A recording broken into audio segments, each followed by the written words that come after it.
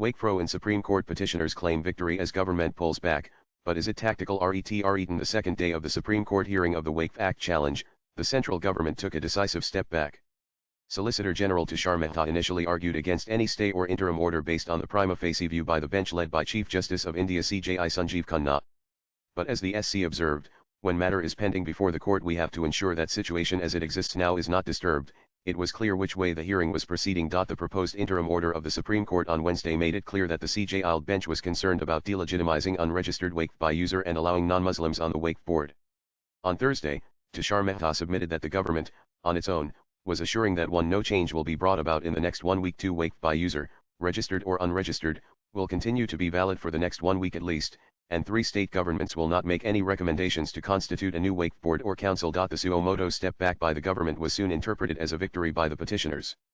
AIMIM's Asaduddin Owaisi said that though he continues to oppose the entire act, the 3 points recorded by the SC as government submissions on Thursday were, in effect, a stay by the apex court. Amanatullah Khan also interpreted the proceedings as the defeat of BJP's divisive politics. The government, however, sees the proceedings differently. An interim stay order from the Supreme Court on a law, which is the biggest initiative in Modi government 3.0, would have been embarrassing. Opposition leaders like Trinamool Congress Mahua Moitra were already claiming vindication after the interim order was proposed by the SC, conceding suo moto was a more honorable option for the government. The act, in any case, was not getting implemented immediately since the rules had not been framed or notified yet. For the Citizenship Amendment Act 2, the government took its time to notify the rules. CAA rules were notified 4 years after Parliament passed the act.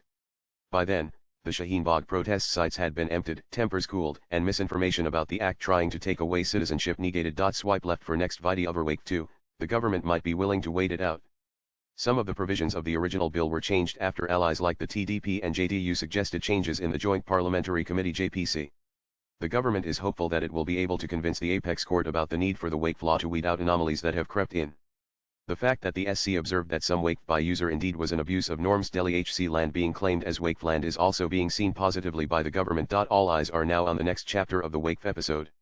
On May 5, just 8 days before Chief Justice Khanna is set to demit office and hand it over to his successor, Justice B.R. Gave, the government is expected to file its response, defending the legal provisions concerning Waqf by user unregistered Waqf, the inclusion of non-Muslim members on Waqf boards, and the role of the collector or designated officer. Latest blogs